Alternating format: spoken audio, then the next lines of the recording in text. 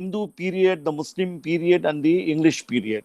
So I would like to give you a little narration of a little brief background of the Hindu period. So you all know that here, during the Hindu period, there was a Hindu Dharma Shastra. You all must be knowing it here.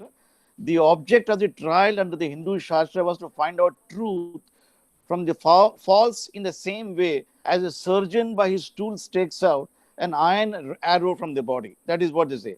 Dharma Shastra recognized four types of evidence. Number one, Lekhya, that is, Lekhya means the documents, which is the under section 3, we are having it here.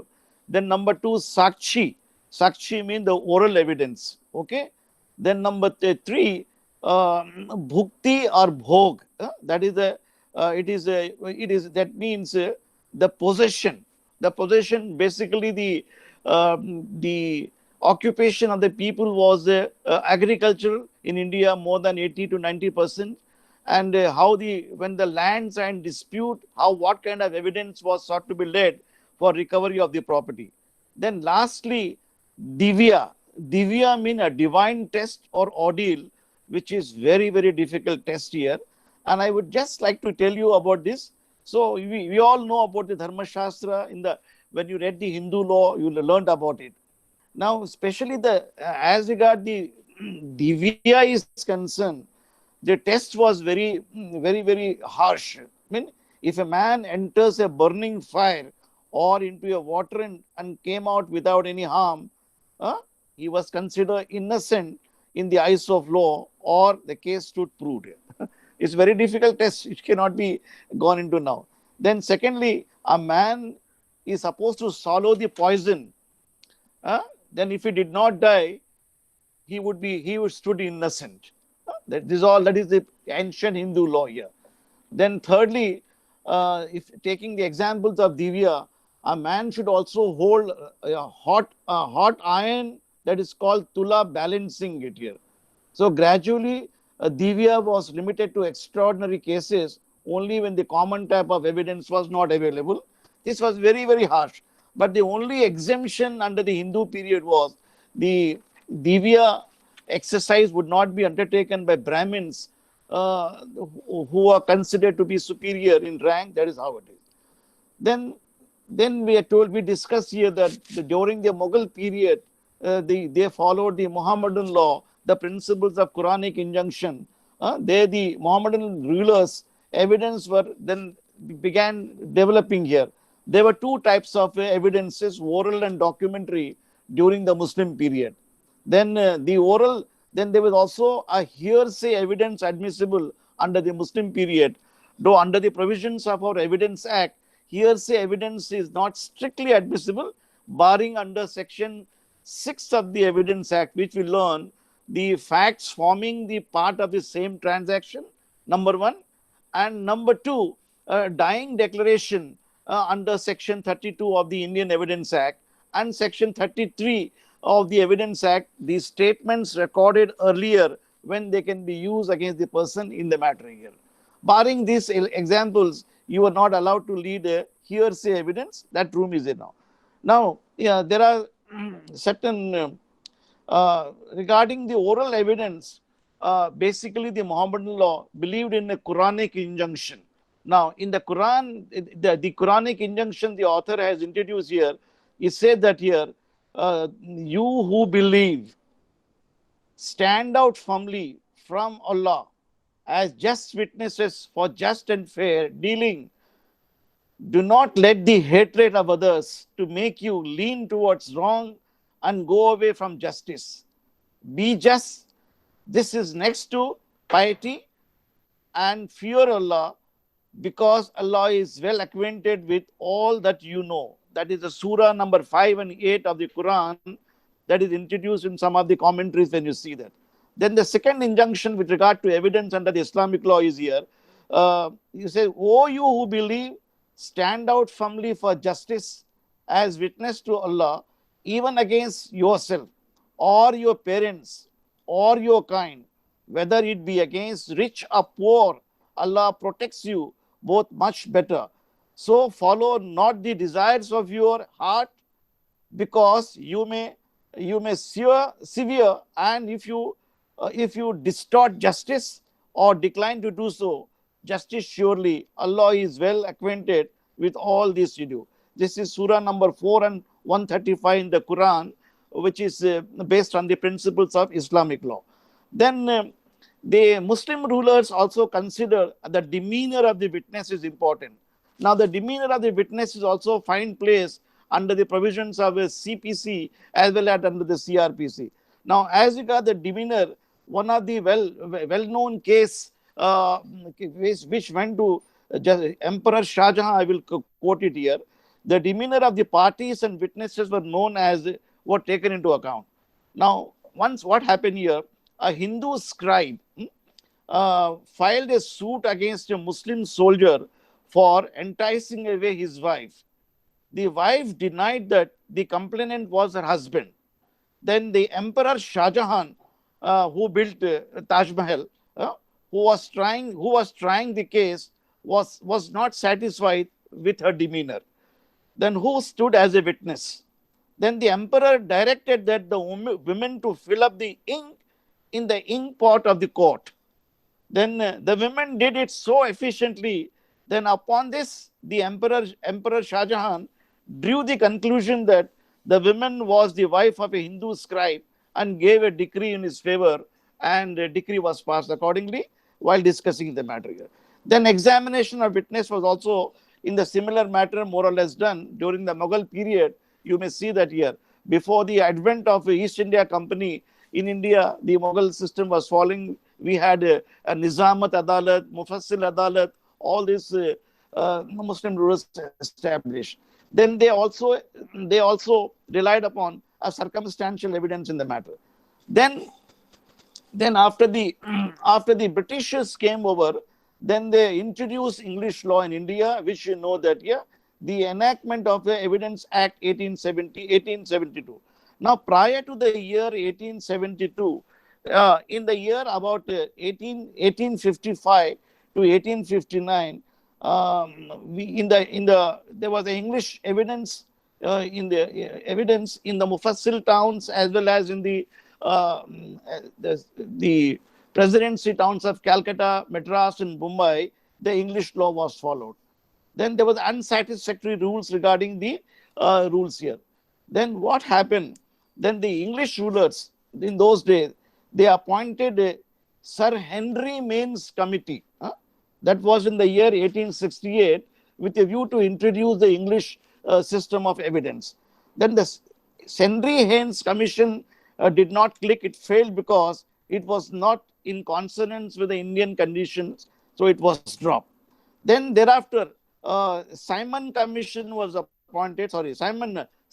Commission was appointed in the year 1871. That is why we call it Sir James Stephen. Sir James Stephen, who is the eminent author of the Evidence Act, he wrote the present Indian Evidence Act following the English commentaries of Taylor. Taylor is a very eminent English author. His full name, John Pitt Taylor. John Pitt Taylor, he wrote the famous treatise on law of evidence, as applicable in England and Wales.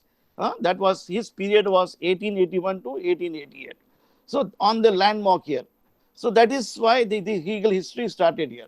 Now another thing which you student of law should know that what kind of a legal system we are following in India, whether ours is a quick yes, question, sir. yeah, So the British in the earlier period got their authority from the Mughal emperor, and yes. yet they introduced British laws. So was that legal during that point in time, or was that an overreach of their authority? No, they had because under the Government of India Act prior to that, there were English charters, British charters. They were issuing that here. You must be knowing that here in India prior to the High Courts Act, we had a Supreme Court in Bombay, Calcutta, and Madras.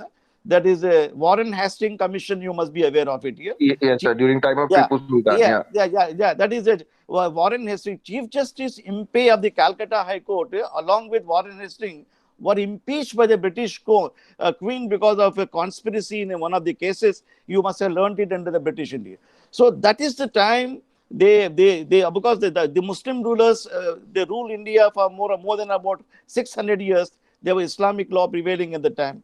So the Islamic law now Islam. What is the difference between the Islamic law and the kind of present law we are having? So we should know that the system called adversarial system of justice and inquisitorial system of justice.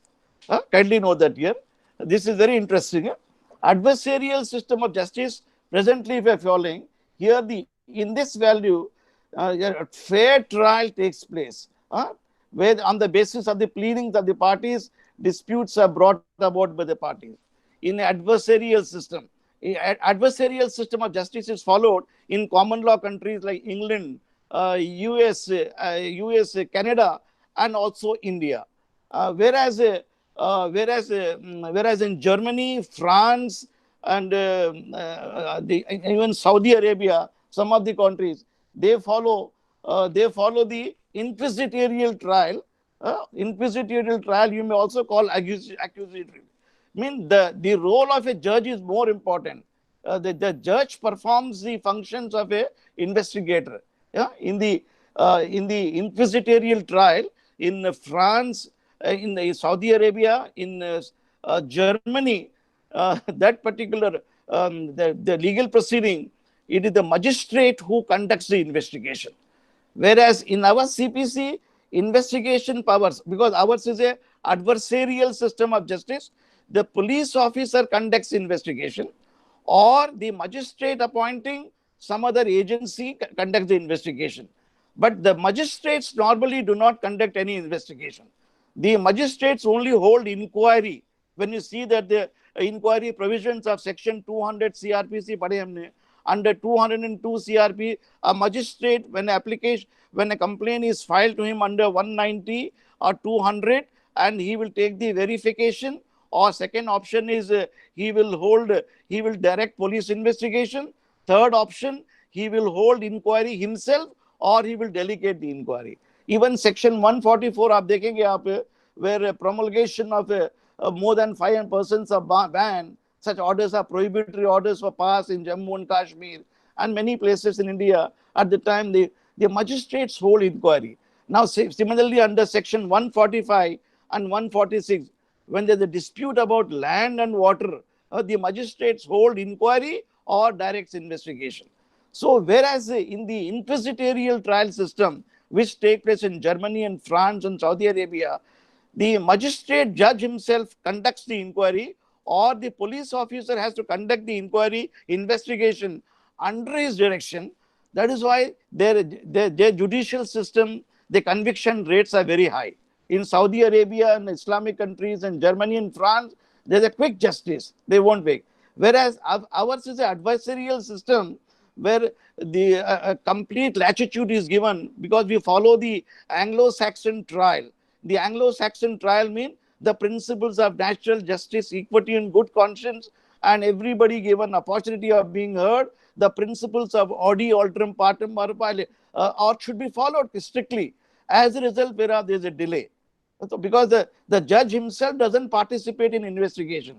Now, under the scheme of the Indian Evidence Act, the judge has a power to put certain questions, relevant and irrelevant. The parties cannot ask irrelevant question. The parties are bound to ask question only on fact in issue, or relevant question subject to the court. But whereas the provisions of the CRPC, the Evidence Act, we will find out. I'll point out the exact section to you. I think it is 165. When you see section 165, the judges have wide power to put any question. But at the same time, their judgment is based only on the relevant question in the matter. Whereas in adversarial system, the judge himself is participating here. The judge himself acts as a prosecutor now. In India, some of the legislation, the Navy Act, the Defense Act, no, in the naval officers, you know, so that there's called a prosecutor come judge. So the same officer is a prosecutor and is a judge. Like in England, it is some of the courts they have the king can do no wrong. The king himself, he collects the evidence, he directs his officers, does it here. So that system of law is still followed in Germany, France, and Saudi Arabia, and some of the European countries, barring England, USA, Canada, and India. We have these are common law countries. The common law countries follow the adversarial system of justice. Okay. Anybody want to ask me any question? Please ask right now. Before I take up the relevant topic from section 3 onwards, where we had So, stopped. Yes, yeah, boliye. sir, are you happy with this form of system? Because we are saying that this form of justice is slow, adversarial form of justice is slow. That's why we have arbitration and we have all these other things. So is this really an advantage or a disadvantage? In fact, adversarial system at the same time, there is a Malamat committee has suggested that while having adversarial system at the same time, we must invoke inquisitorial system also in some of the proceedings. That is why the parliament has to pass amendment appropriate in that behalf. So the Army Navy Act, the Army in India, they follow the inquisitorial system here. The judge himself is a public prosecutor and is a judge passing order. But this will not happen here because ours is a democratic setup. We are following the rule of law, justice, equity, and good conscience. The three big constitutions in the world, that is the US Constitution, the English Constitution, though unwritten, and our India ka biggest constitution, the biggest democracy, and we are enjoined with a duty to follow the rule of law. Nobody can be condemned without being fully heard. You must be given full opportunity being heard. That is why in the you will know the famous English author, what do you call it name? What is the name of a English author? That is Blackstone, Sir William Blackstone. You must be knowing that here. Blackstone, he was in the 18th century.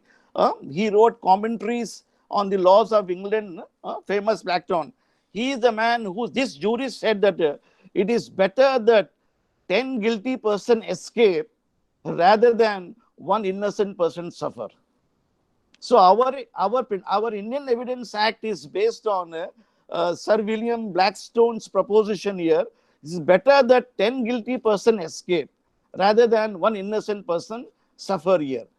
So that is how we that when a crime takes place here, we have identification parade is held. You must be aware. And Section 9 of the Evidence Act will tell you why identification parade is important. Why? Because the sometimes you are unable to identify who is the culprit, who is the person has committed the offense. People with a view to settle private score will make false allegation. Uh, so hence, in the identification parade, a magistrate has to conduct it here. The executive magistrate is normally brought here because police officers, being overzealous police officer, they are bound to say that he is the man who committed the offense. He has accepted. See, in the newspaper, almost every day you're seeing the accused person has made confession and proceeding. The confession made to a police officer are not binding. So ours is an adversarial system. We don't trust our police so much. So that is how the confession must be made before a judicial magistrate. A judicial magistrate only can record confession. That is how the necessity we have the identification parade.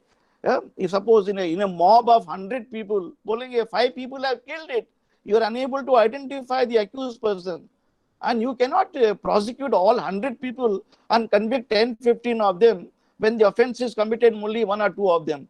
And if you are unable to pinpoint who exactly is the offender, benefit of doubt is given to him. Because the court, the system of law, we say that here, every person is presumed to be innocent. In adversarial system, every person, every accused is presumed to be innocent unless he is convicted by the competent court of law. But whereas in inquisitorial system followed in UK, Saudi Arabia, France, and other countries, the accused is presumed to be guilty. So they go on the footing here, aapne chori kiya hai, they give you lashes and they will cut your foot in the Islamic countries. And the charges are brought in such a manner, you are looked down immediately. Apart from yourself, nobody has committed it. But whereas in India, you are presumed to be innocent. Adversarial system doesn't hold you responsible for the act immediately. You are allowed to given. You should be given opportunity to adduce evidence. You examine people here, prove your case. Unless the prosecution proves the case to the hilt, it cannot be given. But of course, there are exceptions under Section 84 of the Indian Penal Code. If the man takes up the plea that he has committed the offence out of sudden and grave provocation, out of insanity, minority, then he has to lead evidence and prove the case this apart. So it is difficult. The Malamat committee has suggested that here our CRPC must be introduced. In fact, the Malamat committee, some of the recommendation I will tell you, the committee says that here it is expedient to constitute criminal justice system for punishing the guilt and to protect the innocent. This is what they have done, it is not done. Then they further said that here, whereas a quest for truth shall be the foundation of a criminal justice system, then whereas it shall be the duty of every functional of a criminal justice system and associate and person associated with it in the administration of justice to actively pursue the quest for truth and to enact the laws in that regard. So it is not still done. Then section 311 is sought to be amended also, where the accused person makes a statement which is not supposed to be evidence. So this is all waiting for the approval of the parliamentarian. Let us see what they will do that. So the idea is very noble. The salient features which are sought to be put forward are unique, and we would like to have, like we have a mixed economy in the country, we would like to have a mixed system of a justice system, adversarial system and inquisitorial system. If that goes by goes, and the proceedings can be expedited and things are good. Fortunately, with the introduction of with the amendment of the CRPC, you'll know that here plea bargain proceedings, things are going faster. Earlier, plea bargain proceedings were not there in CRPC. They have been recently introduced. Even that video recording proceedings were not available. Evidence could not be taken earlier. One matter I will show you, one of the judgment which I cited to you this morning, very unfortunate that here, that the state of Maharashtra versus Praful Desai's case, that is the case where video recording conferencing was held to be good evidence, which was not there until the act was amended. Now, formally, under the CRPC, there was no provision for recording evidence by video recording. Now, after the judgment of the Supreme Court in state of Maharashtra versus Praful Desai, that is where Justice Varyava and Justice Varyava and Justice Agrawal wrote a very beautiful judgment, placing on record that procedural law should be enacted in such a manner for receiving justice in the manner. If there is no provision, it can be done so.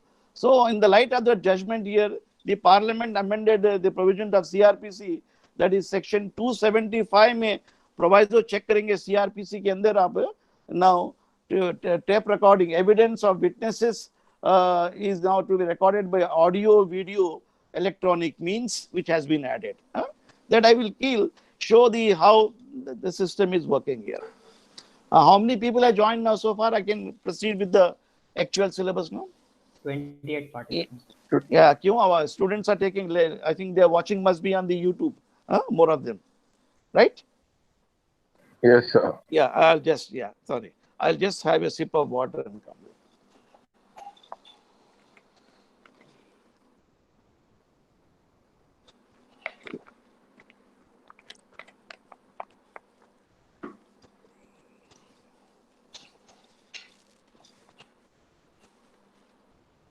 So you understood the kind of system we are following, adversarial system, inquisitorial system, or accusatorial system. Okay. Yes, sir. Yes. Now we proceed now.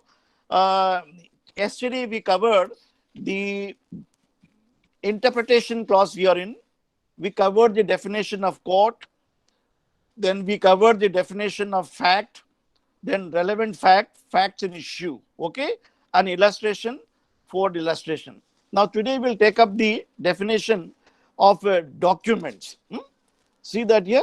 The Evidence Act is defining document means any matter expressed or described upon any substance by means of letters, figures, marks, or more than once of those means intended to be used, which may be used for the purpose of recording a matter.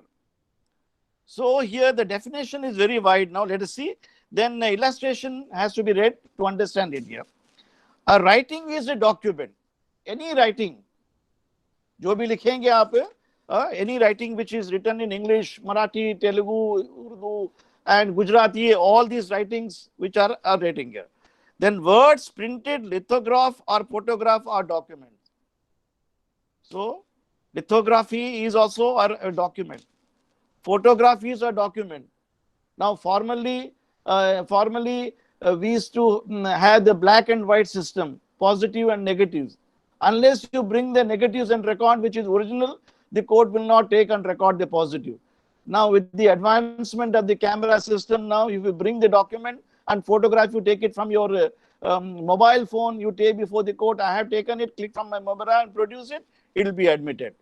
Then a map or a plan is a document. A sketch prepared by the architect, an engineer, is a document.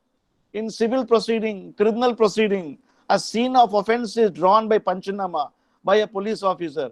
A police officer will take up the help of an architect to draw the scene of the offense. Then autopsy report is prepared here. So those documents which come on record are also document within the meaning of the act. So you cannot say nothing is written down. For giving a description of a property, for example, you are filing a suit for declaration that the demolition order is illegal. Now in the city of Bombay, a lot of redevelopment projects are going on here. So the architects prepare the plans here, DC rule regulation violation ho raha hai, nahi ho raha hai ke andar, showing what premises are given to you, what area is given to you. So the plan prepared by him is also a document within the meaning of the act. Then an inscription on a metal plate or a stone is a document.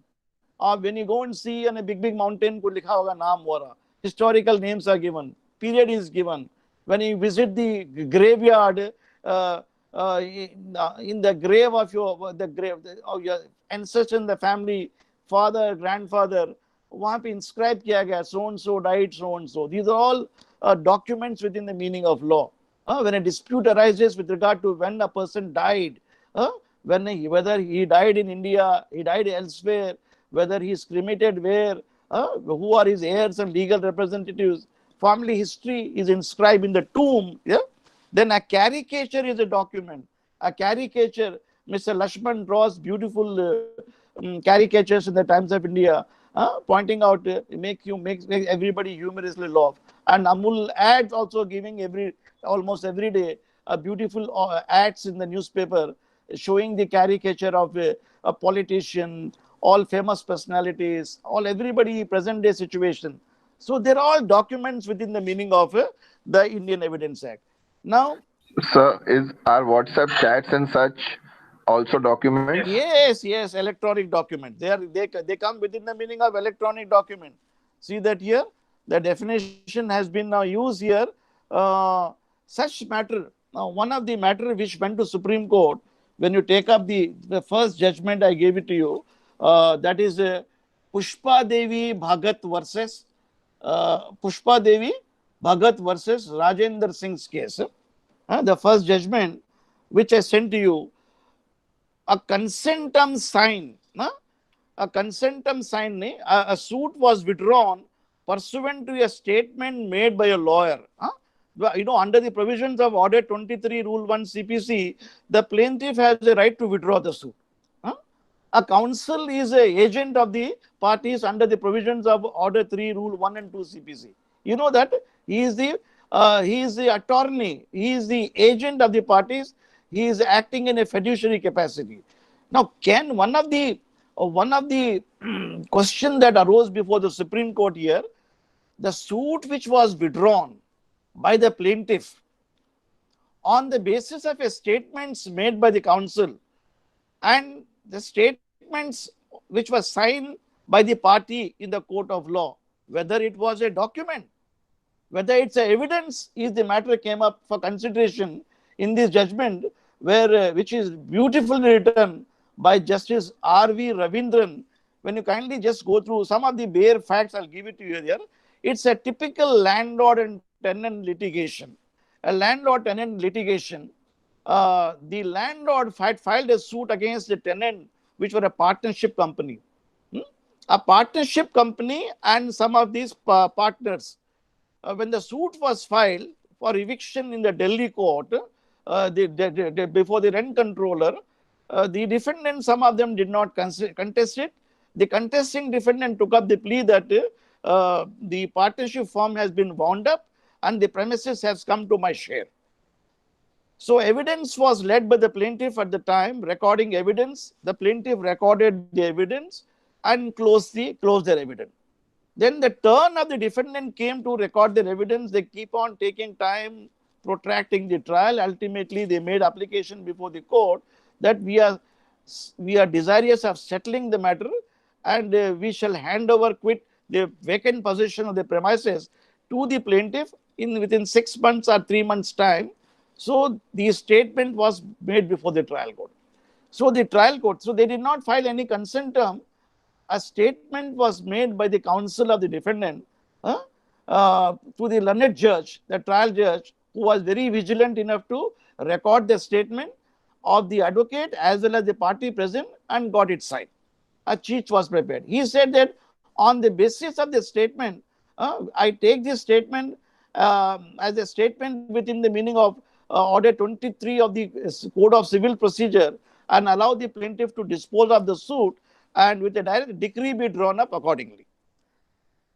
Now, decree was drawn up. When the time to hand over possession came, the defendant challenged the statements made before the learned judge, holding that I did not instruct my advocate to make the statement on my behalf. I am not desirous of handing over possession. Then that was an application filed under section 151 CPC. Then when the learned judge dismissed the application, and what they did here, the application was not pursued. During the pendency of the application, the defendant, what he does here, he goes to the district court, Delhi district court, appellate court, he files an appeal under section 96 CPC. And the district judge records a finding that this trial judge ought not to have passed a decree in the present suit merely on the basis of the statement of the counsel, without there being an affidavit or consent term. The party should have signed it. So the matter was remanded back to the trial court for adjudication. That remand order is normally passed, you know that, under Order 21, Rule 24. Now, one more important aspect you should know, that you learned in the last year's lectures when we dealt with CPC. A decree passed by the court can be appealed under section 96. That is called first appeal, and also an interlocutory order under Order 43. Now, here the appeal was against against a suit which has been disposed of by consent terms. When a consent decree is passed, you know that on section 93 subclause 3 says that here no appeal lies. So unfortunately, rightly, the appellate court in Delhi did not notice the provisions of section 96 subclause 3. Then he disposed of the matter. He said the matter should go back to the trial court. Then the landlady, being agreed by the order of remand and directing the trial court to hold a fresh trial, filed an appeal before the Delhi High Court. In the appellate proceeding before the Delhi High Court also did not notice that it is not an appealable order. Some directions were given. The Delhi High Court also disposed of the matter, and there is no harm in again retrying the matter. Then the matter came up before the Supreme Court, where the tenant took up the plea that here the consent terms, the order of the order of withdrawal passed under Order 23 uh, is not in writing. It is not a evidence and within the meaning of the Evidence Act, and the suit should not have been decreed. The Supreme Court, disagreeing with the contention, has recorded a finding that you may say that if you see paragraph number 19 of the judgment, kindly can you please open, Ashish or Aire, please open the judgment. I have been able to put Pushpa Devi's Bhagat's case. Yes, sir. Yeah, Pushpa Devi's Bhagat's case, paragraph number 19 देखिए आप. Paragraph number 19 में, now the Supreme Court says here, paragraph number 3, 19 में सब clause 3 है इसके अंदर. In this case, as noticed above, the respective statement of plaintiff counsel and defendant counsel were recorded on oath by the trial court in regard to terms of the compromise. मिला आपको? Can you get it? Yes, sir. Yeah, in this case, as noticed above, the respective statement of the plaintiff counsel and defendant counsel were recorded on oath by the trial court in regard to the terms of the compromise, and those statements were being read over and accepted to be correct, were signed by the said counsel. If the terms of the compromise written on paper in the form of an application or petition is considered as a compromise in writing, can it be said that specific categorical statement on oath recorded in writing by the court and duly read over, accepted by the to be correct by the person making the statement and signed by him, can be said to be not to be in writing? Obviously, no. We may also in this behalf refer to Section 3 of the Evidence Act, which defines document as a matter expressed or described upon any substance by means of letters, figures, or marks, or more than one of the means intended to be used, which may be used for the purpose of recording the matter. The statement recorded by the court will therefore amount to compromise in writing. So, the contention of the defendant stood nullified here.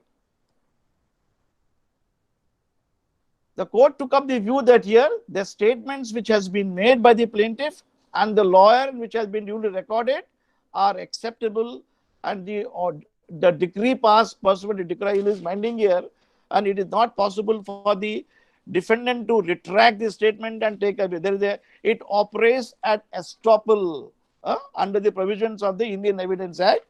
Then ultimately the Supreme Court accepted that statement and decree of eviction was confirmed and she was ordered to be evicted. So this is the judgment which deals with the documents, whether a counsel statement, whether the counsel and advocate representing the party can make the statement. He is an officer of the court, an officer, and plus unless you have made allegation against the advocate that my advocate was colluding with the other side. At the same time, you know that under the provisions of Order 23, when you file the consent terms, you are not allowed to challenge it. I mean, you cannot file a suit. There is a bar under Order 23, Rule 3. You cannot file an appeal. There is a bar under Section 96 of Clause 3. Then the remedy only open to you is that you go before the same court which has disposed of the suit by withdrawal under Order 23 by making an application under Section 151. My lord, that I was misled by my own advocate. The statement signed, there is a collusion, and the consent terms which were brought forward are not an agreement within the meaning of Section 23 of the Indian Contract Act. It suffers from various illegalities. Then only the trial court can do so. In this case, there is a bar here. So there is no end to litigation.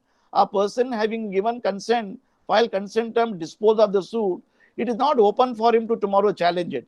That is why advisedly the legislature has introduced in Section 96 of Clause 3, open करें आप IPC का. Please can you open this? Section 93 खोल लीजिए आप. Section 96. Sir, quick question. If Yeah. if you don't give consent terms, then is this a valid defense that your advocate has extended his brief? That is a matter of evidence again before the court. That you should go before the same court. You have no right to file an appeal. When you see that here, Section 96 says that here, appeal from the original decrees. Then subclause C said no appeal shall lie from a decree passed by a court with the consent of the parties. So, when order of withdrawal is passed under Order 23, there is no, you cannot file an appeal. Now, even when you open Order 23 of the CPC, the Kolli Jab, you are not permitted to file a suit. The statements are binding upon you. Kindly see Order 23, Order 23, Rule 3A. Rule 3A CPC, no suit shall lie to set aside a decree on the ground that compromise which described was not lawful. You got it? That means you cannot file a second suit on the ground that prolong it here. Now, at the same time, you cannot even file the appeal under Section 96. The remedy open to you is only under Section 47 of the CPC, which we had also comprehensively dealt with it here earlier. The Section 47 said that here questions to be determined by the court executing a decree. So all questions will go to the executing court. Now, again, please see here whether the advocate is authorized to make the statement. See order 3 check kare aap. Order 3.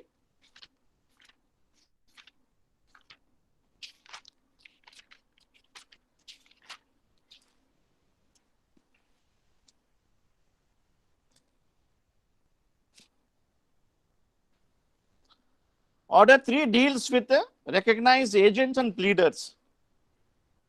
Appearance may be in person or by recognized agent.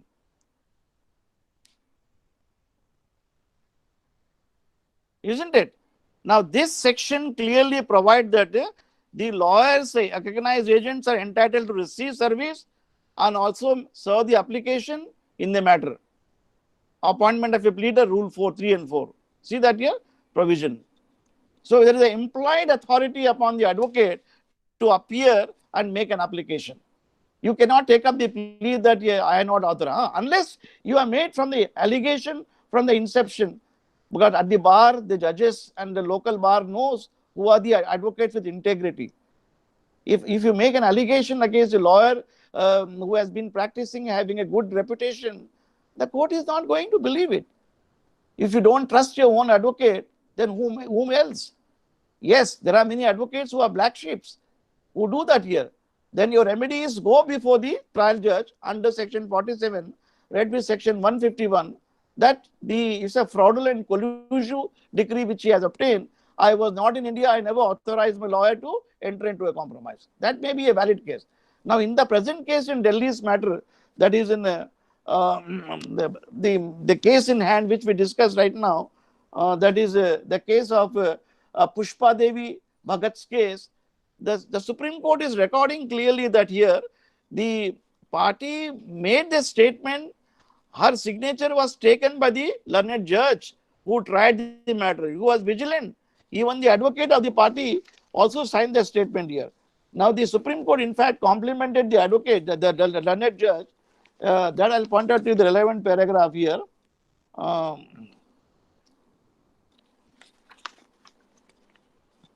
Yeah.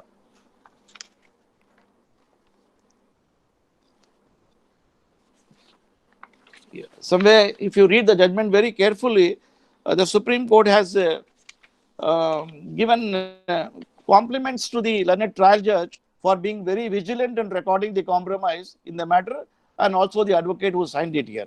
So they did not accept it here rightly. So the statements of the advocate, which were duly signed by the party before the court of law, are evidence within the meaning of Section 3 of the Indian Evidence Act. They cannot be challenged subsequently unless fraud is committed by your own lawyer. That is the meaning. Okay. So the definition of the word The definition document is very wide. Please note that here. Yeah, anybody has any doubt now before I proceed next to the topic evidence? The definition of evidence I will take up now, which is not very happily drafted, happily discussed in the Evidence Act, but I will give you some of the examples of how the what is the meaning of evidence. Sir, you said that there are some lawyers who are black sheep, and the judges Yes, know. But how come the clients don't know them, and why are they still allowed to practice if the judges know them? the clients have a right to take him to the bar council under the Advocates Act. You can get them suspended. There is the provision. There are many advocates who have been suspended. Go to the bar council and see the list. There are many advocates who take the court fees from the advocate. They don't file a suit in time, and they pocket the money, and they withdraw the money, deposit in the court, and they don't give the client. These are all unprofessional, unethical practices, and such advocates have no right to practice at all. So they have a remedy under the Advocates Act, section 35, 36, 37. So that is the part. There are many such cases came up before the Supreme Court and High Court here. So that's unfortunate. But here in the Delhi Thank you, sir. case, so the advocate has to be trusted. If you think your advocate is not worthy, don't engage him. You take away the papers from him. Okay? So the statements made by Yes, a sir. lawyer, Thank you. a compromise recorded by an advocate holds good. It's a document within the meaning of Section 3 of the Evidence Act is acceptable. Oh yeah. Now next document Sir, evidence what Sir, about the fees, exorbitant fees some clients are giving? that you have a right to recover from him. Go to the consumer court for deficiency of service. Okay. Okay, okay. निकाल दीजिए आप. You have a right to take it back, and you have a right to go to the lodge a complaint with the advocate. You have a right to file a suit against them. sir, You can time to file a take break. suit. Yeah, we'll take it. Okay, we'll take a break. 5 minutes Yes, break. Okay. yes, sir. Okay. Okay.